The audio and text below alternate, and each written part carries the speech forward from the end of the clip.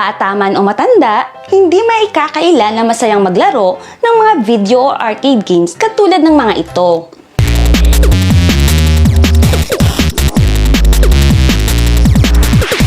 At lalong-lalo na sa panahon ngayon, kung saan ang mga kabataan ay nasa loob lamang ng kani-kanilang mga tahanan dulot ng pandemya, ay maaaring isa ito sa kanilang libangan.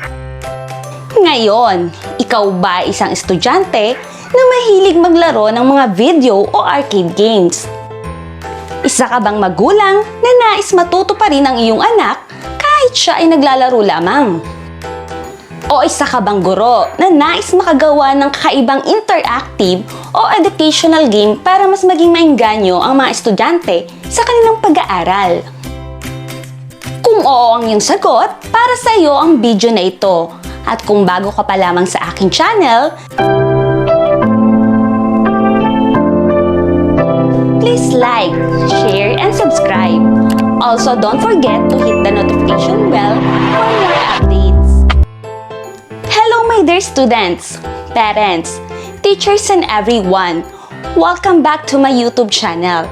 So for today's video, I would like to share with you a free interactive and educational video games for our students. It's 100% free and it's so easy to create.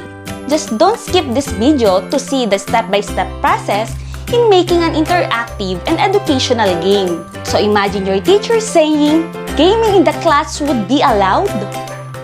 Maraming ang magulang ang nagagalit kapag nakikita nila ang kanilang mga anak na naglalaro lamang ng mga video games kadahilan ng maaaring bumaba ang grade o performance ng kanilang anak sa pag-aaral.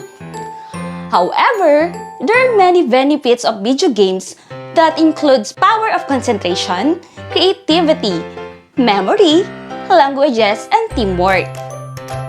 So why games are good for learning? Because games engage people. And if people are engaged, they're more likely to learn. Making learning fun motivates students and provide opportunities for deeper learning. So now let's start. This free and fun educational website is called Review Game Zone. Review Game Zone is a web-based review game creation site where teachers can make educational games directly from their browser. The content in the game is fully personalized and customized to suit your students' needs. You can share it directly to your students and you can see the result of their quiz or test.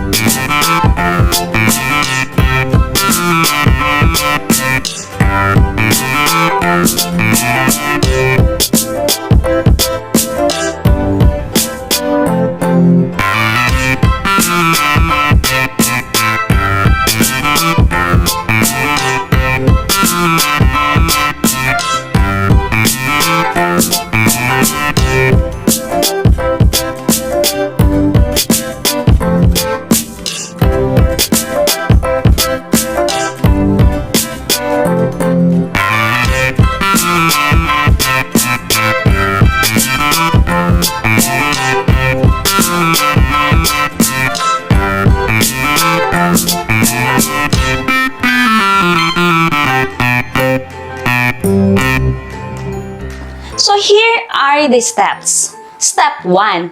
No need to download. Just type Review Game Zones in the web browser. Then you will be directed in the web page of Review Game Zone. Step 2. Create your pre-Review Game Zone teacher account. Click Sign Up or Register. Then fill out the needed information and click Sign Up. Use the account to sign in this website. Since I already have mine, I'll just click Sign In. Step 3. To create a game, simply input the needed data. Click Add New Test. It's up to you kahit anong subject, pwedeng-pwede. First, input the title of your test. So example of my test is all about synonyms. Then write the description of your test content. So I think you can write here the direction of your quiz or test. Then choose your preferred subject. So mine is English. Then choose the topic and subtopic of your test. Then select a state from the list, and since Philippines was not in the choices, we will just click No State, Non-USA. Then choose the grade level that will answer this test. So I'm handling grade 5 students, I'll choose 3 to 5. Step 4. Input the questions data. I suggest that you already have your notes of your test or quiz, so you will just copy and paste the questions to make it easier and less time consuming. 10-item test is the minimum requirement for this game. It is up to you if you want to add more. Don't forget to click the answer choices, and that's it. The games are automatically created. There are 15 game types and 4 non-games for you to choose. Talaga namang napakadali lang. Ang lakas maka-game developer kasi yung ginawa mong mga tanong ay lalabas na mismo sa mga games na iyong ipapalaro sa mga estudyante. At tiyak kong maa-amaze sila dito. Mahalaga na ma-check natin mabuti ang mga inilagay nating tanong na lalabas sa mga games. Kaya step number 5, preview questions on the games. Then kung okay na, you may now start the game. If doing this quiz or test for your students will take you time, may mga already made questions na sa iba't ibang subject. You will just choose those tests na aangkop para sa mga students mo. I will show you later on how to do it. Now, let us see and try all the games that will be played by our students from our tests that we've made. First game is called the Snowball Fight. Just click the full screen gameplay to maximize the display on your screen.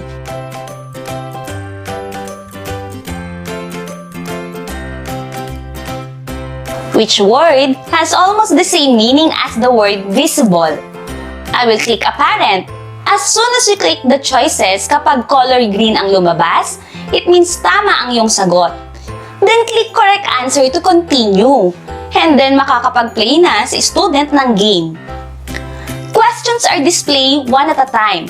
Ipalimbawang mali ang sagot ng student, lalabas ang color red. Then another questions will be asked hanggat hindi na ibibigay ni student ang tamang sagot. So syempre, nag-e-enjoy siya sa game kaya susubukan niya ulit itong masagot ng tama para makapaglaro siya. This game can be directly shared to your class in Google Classroom. Just click the icon of Google Classroom at the bottom part. A dialog box will appear like this. Then choose a class that you want to play for this kind of game. So halimbawa, ang gusto kong maglaro sa game na ito ay English 5 Humility. Then you will be asked on what action do you want for this game. Ito ba ay magiging assignment nila, question, announcement, or material? So example, I want this to be posted as an announcement. Then click Go. Automatically, you will be directed in the web page of Google Classroom in the announcement section. Just add your description or direction for this game that you will post. Then you can now pause it or schedule. A prompt will be displayed showing you have posted to your class. At pwede mo na itong ma-view. So automatic, nasa interface ka na ng classroom mo and makikita mo doon yung announcement mo for them, which is to play and answer the link of the game. Halimbawa, ako si student, then I'll try to answer. So ganyan ang lalabas. Also, pwede rin makita ni student at ni teacher yung progress niya sa game by just clicking Track My Progress. Student just need to fill out the needed information. Don't skip this video. Ituturo ko later kung paano. Let's try the other games. Sobrang dami ng games na pwede natin ipalaro sa mga student, kaya hindi sila agad magsasawa. Just watch the video and learn.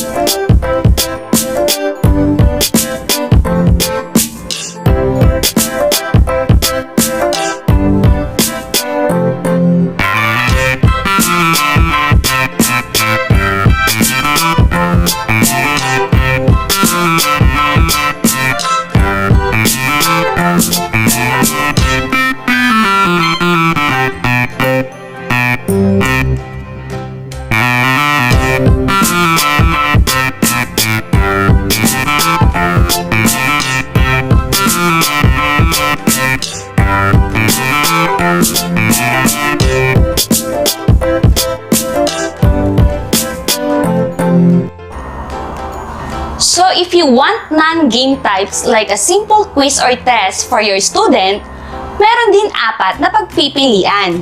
Dito ko ipapakita on how to track your student progress. First is the traditional test type called question quiz. So paano nga ba makikita ni teacher ang result ng game or quiz ni student? Here, student should click and fill out the Track My Progress button so that the teacher will see the result of his or her quiz or test, then answer all the questions until he or she got the score.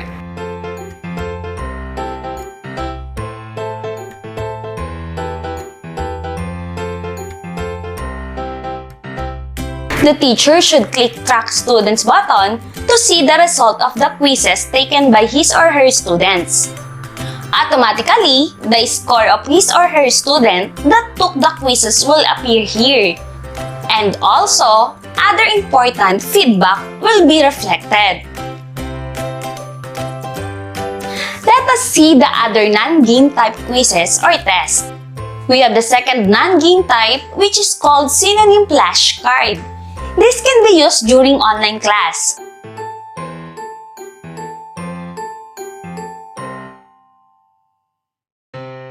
The third non-game type is called Fill It.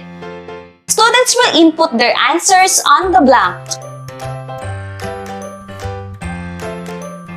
And lastly, Match It. Just like the question quiz, parang same lang sila. The only difference is that nakalagay na lahat ng questions dito and there are too many choices. So halimbawang wala ka ng time na gumawa pa ng test for your students. Don't worry! May mga already made quiz or test na sa iba't ibang subject. Just click the subject's datasets on the upper part of the website. Scroll down the page and you will see the different subjects that you can choose from. We have science, English, math, and other subjects. Just click your preferred subject. Example, I will choose science. Then you select a topic for this subject. Example of topic is all about astronomy. You will also select a subtopic for this topic. Example is Earth in Space. Then choose the available subtopics to create your game. Again, review first the questions. Basahin muna mabuti ang mga tanong bago natin ipalaro sa mga estudyante. If okay na, then you can share to your students so they can able to play and learn from it. These video games can be accessed on smartphone, tablet, desktop, or laptop.